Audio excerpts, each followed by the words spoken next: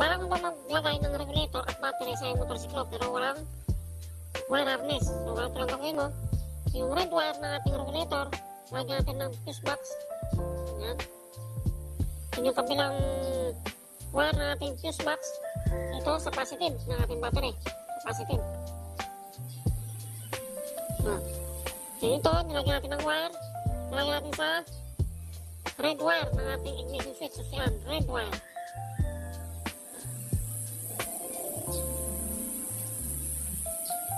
Yan yung black wire ng ating regulator.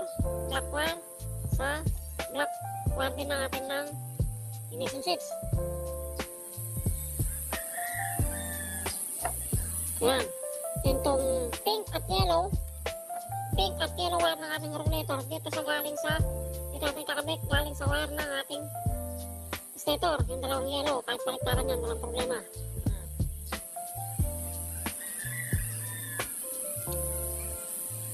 Yan.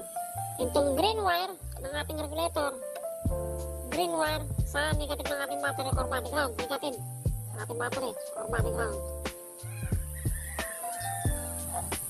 Yan.